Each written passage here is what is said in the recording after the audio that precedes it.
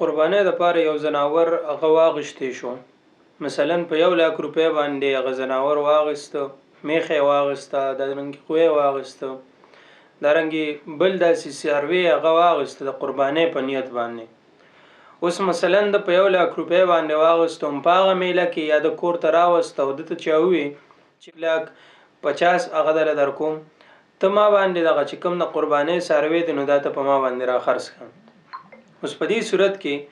بهتره خبره خو دا ده چې دی د قربانۍ دغه کم ځناور دی نو دا دی خرڅ نه کړي، ځکه د قربانۍ په نیت باندې اغوستی دی. خو کفایت المفتی په جلد نمبر 8 کې هغه لیکلي دي چې بهتره دا ده چې دی دا خرڅ نه کړي، خو که بیا هم د دا خرڅ کړه نو چې څومره ګټه د په هغه کې کړي نو یا خو دا ده چې په دغه ټوټل پیسو باندې به دی نوې څاروي هغه دپاره د قربانۍ واخلي، یا به دی چې د په 1,50,000 باندې دا خرڅ کړه او نوې څاروي د بل په 1,20,000 باندې واغوسته، دا باقي چې کمی 30,000 پاتې نو دغه 30,000 دا به دی خیرات کوي، ځکه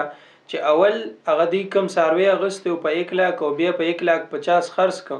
مطلب د دې خبرې دا شو چې دی د قربانۍ دا ځناور هغه برابر و د 1,50,000 روپو،